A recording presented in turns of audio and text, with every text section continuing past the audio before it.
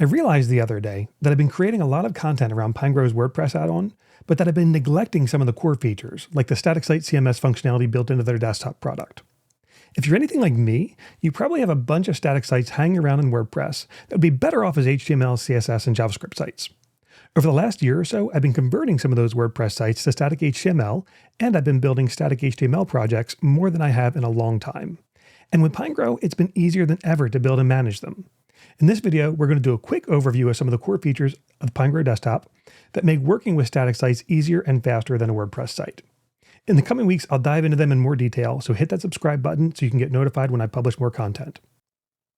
There are three things inside of Pinegrow Desktop that really help us with this CMS-like functionality. Those are templates, or as they call them, master pages, components, and partials. Let's take a really quick look at each of these. We're going to start off by taking a look at those master pages or templates. You can see that I have a sample project loaded here inside of Pinegrow. It's got a header area, a hero section, a content section, and a footer at the bottom. I've got this in index.html, and then I'm going to also work with a services.html. I'm going to switch over to the tree view of the index.html file so that we can see better what's going on. At the root, you can see that we've got this defined as a master page. That means that we're going to use this as a template, and that anything on this page that's not set up with define editable or define component is going to get repeated on every other child page that is set to use that template. So if I switch over here to services, you can see services.html is using the master page of index.html.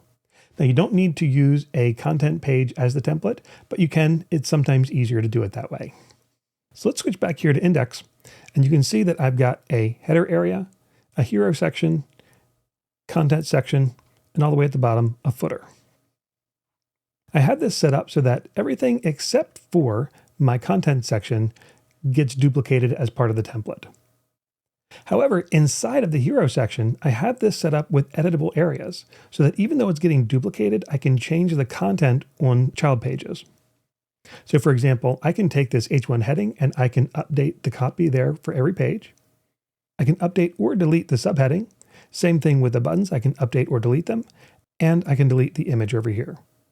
I'll switch over to the services page so you can see what this looks like when it's done.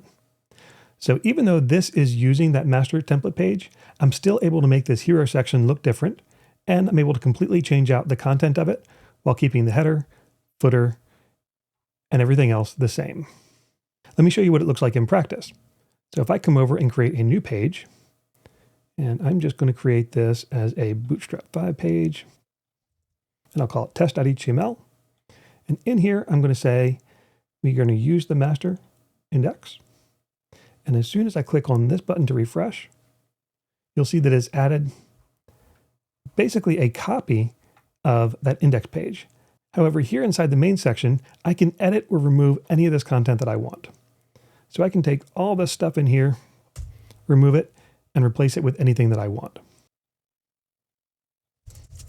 And any changes that I make on the main template are going to get duplicated over to it. So for example, if I update this to say test agency instead of my agency, I can click that refresh button. And now when I come over, you'll see that it's updated the header in each one of these. I can also come into the test file, and instead of saying amazing agency that you're looking for, I can say this is a test page, and any changes that I make here are not going to get duplicated because this is marked as an editable area. I can even come through here and I can tell it that I don't want this extra padding, and I can make this a little bit more narrow. Because in the options on our template page, I've got it set up so that I can remove those classes if I want to. So this concept of using templates and editable areas can extend way beyond just the content on the page. We can also use it to edit some of the content in the header.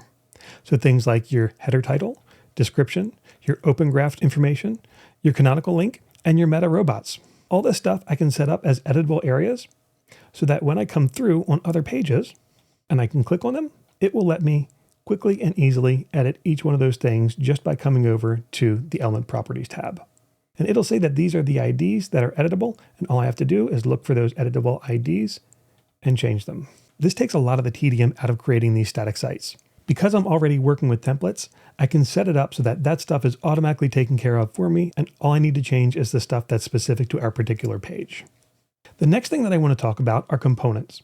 Now, components inside Pinegrow are sections that can be duplicated many times, but that also have editable areas so that they can be different in each place. For example, here I've got a social icon bar in the footer, and I've got this set up as a component. So the styling is always going to stay the same, but I have editable properties on there so that I can change the link, the ARIA label, and even the classes if I want to. Now I've got this set up on my index.html file, which is our master template, but it doesn't need to be there. You can create a component on anything. You can even create one on a page that you'll never look at on the website. So let's take this component that I created called social icon bar, and we're just going to plop it down somewhere on our services page. I'll do it here since it's got a nice dark background. So all I have to do is come over here to insert, and you can see that it already has it defined since I created it inside of the project. All I have to do is grab this and drag it and drop it right onto my page someplace where I want it to live. And you can see that it's dropped it right there. If I expand this, you'll see all the properties. But if I try to edit something, like if I try to remove this SVG, you'll see that the element's locked and I can't do anything with it. The only thing that I can change are the properties that I have defined as being editable. I can edit them individually like this, or I can come over to the root of the component and see all the editable properties in one big list. This is super handy for any project.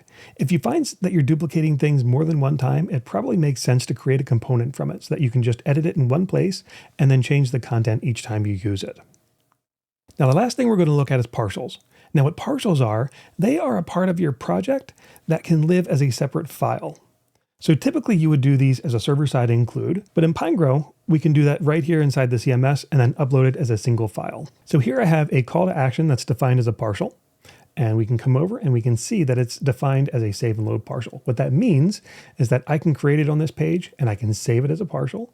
And then I can also load it up from that partial file. Now what it's doing is it's saving this section as partial-cta.html. And if I look over at our project, we can open that up in the code editor. You can see what it is. Or I can open this up directly, and you can see what's in there. And then to use that partial, I can just come over to the page where I want to include it. I can drop in a div or a section, anything that holds it. And then from there, I say partial, select the file that I want to use. And then I say I want to load from that file. When I click reload, it grabs the HTML from that file and loads it into my project. So now whether I make a change here in the original, since I have this set up as save and load, I can make a change here. So let's just change this text to black. I'll save that. And then when I reload it in here, you can see that it's changed to black. When I look at the HTML for the partial, you won't see it because it doesn't have the style sheet loaded, but it's also been changed to black. But I can come in very quickly and edit the HTML directly and say, instead of work with us today, I'm going to say work with us now. When I save that, I can come back over here and you can see it's automatically updated to say work with us now. There, and there. So partials are a great way to have an external HTML file that can be referenced in multiple places. The difference between a partial and a component, though, is that a partial won't have those editable areas where a component will. The last thing that I'm going to talk about is CMS mode. And the reason why I'm saving this for last is because I find it the least helpful of all the things. What CMS mode is it's a stripped down version of Pinegrow that only lets you edit the areas that are marked as editable here on the different pages. It removes a lot of the clutter from the interface, and it makes it so that anyone editing the content can't really mess up the structure of the pages or the site. In theory, I think it's great, but in practice, I don't find it as useful as I want to, because handing a complicated program like Pinegrow over to an end user to make changes isn't something they're going to be comfortable with, and it's not something that I want to deal with from a training standpoint either. On top of all that, you have issues like version control and needing to make sure that changes that are made locally get synchronized to the web server. 5 or 10 years ago, I think this might have been a lot more useful, but these days there are easier and, in my opinion, better ways of doing it. So I really don't do a whole lot with CMS mode. But the rest of these CMS things like partials, templates, and components, I use those heavily when I'm making static sites, and I think they're all great. So that was just a really quick overview of each of these things. I really just wanted to touch on each of those concepts and show you what's possible. In coming videos, I'll go through in a little bit more detail so that you can actually see how to use them and get some better ideas of how you can put them in place on your projects. As always, if you found this video helpful, please like and subscribe and leave a comment down below. I'll see you next time.